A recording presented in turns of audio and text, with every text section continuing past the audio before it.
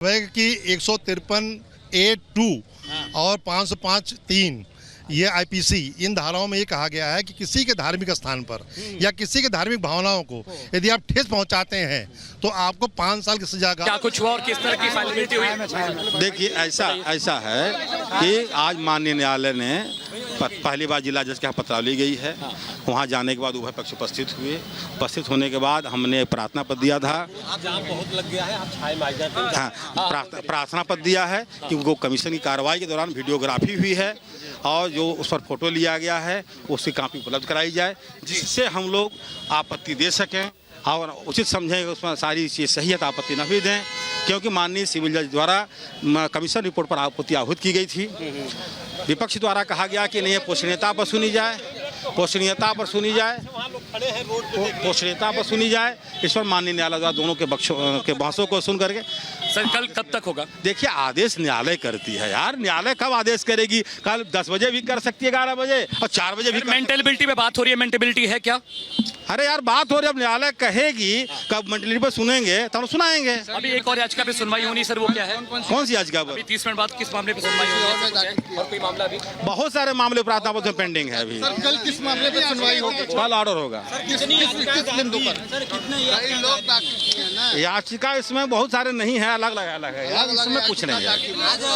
Court ने आज क्या कहा, किस बिंदु पर ऑर्डर करेंगे? कल इस पर ऑर्डर करेगी किस पर सुना जाएगा, पहले किस पे सुना है? किस बिंदु पर पहले सुनना है? हाँ, किस बिंदु ने किस प्रार्थना पत्र पहले सुनेंगे और कब सुनेंगे, जी। इस पर ऑर्डर कल करेगी कोर्ट। किस पक्ष की बात ही पहले सुनेंगे, इसके भी कई दाखिला हुआ है, सब पर अलग अलग सुनवाई हो रही है। जी, मुस्लिम पक्ष ने क्या दलील, थोड़ा एक लाइन में बताइए, जो मेंटेनेबिलिटी पे क्या कहा उन्होंने, पक्ष क्या रखा, ये जानना चाहते हैं। अरे भैया फिर बहस से नहीं तो क्या कहेंगे आप?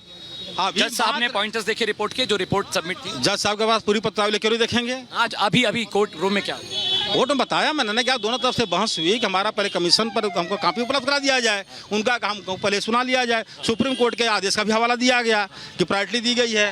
न्यायालय ने कहा कल ऑर्डर देख लीजिएगा।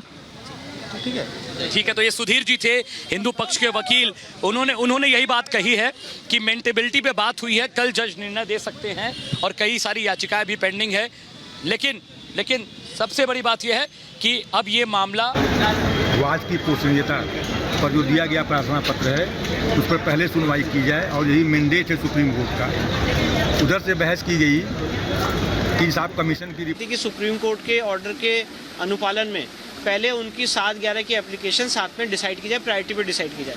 हमारा उसमें इतना ही कहना था कि जो कोर्ट के रिकॉर्ड पे समय एडवोकेट कमीशन की रिपोर्ट है उसको भी 7/11 के समय साथ में पढ़ा जाए, क्योंकि ऑर्डर 26 रूल 10 के तहत अब वो कोर्ट के रिकॉर्ड का पार्ट बन चुका है।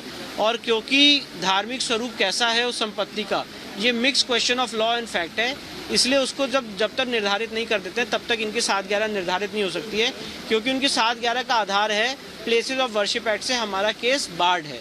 तो प्लेसेस ऑफ वर्शिप एक्ट में जो रिलीजियस कैरेक्टर शब्द यूज है उसको डिसाइड करने के लिए कमीशन की रिपोर्ट डिसाइड करना बहुत ज़रूरी है। इसलिए हमने कोर्ट से ये आग्रह किया कि कमीशन की रिपोर्ट की वीडियोग्राफी फोटोग्राफी हमें प्रोवाइड की जाए और उसके बाद अगर उनको उस पर कोई ऑब्जेक्शन है तो वो आपत्ति दाखिल करें और फिर 7/11 की एप्लीकेशन डिसाइड हो जाए। माननीय न्यायालय ने दोनों पक्षों को सुनने के बाद अपना ऑर्डर रिजर्व रखा है और इसमें आगे क्या प्रोसीजर अपनाया जाएगा ये माननीय न्यायालय कल उसमें अपना ऑर्डर पास करेगा। अगली सुनवाई की डेट क्या होगी ये भी कल पता चलेगा। जजमेंट कल कितने बजे होगा ये कोई नहीं बता सकता।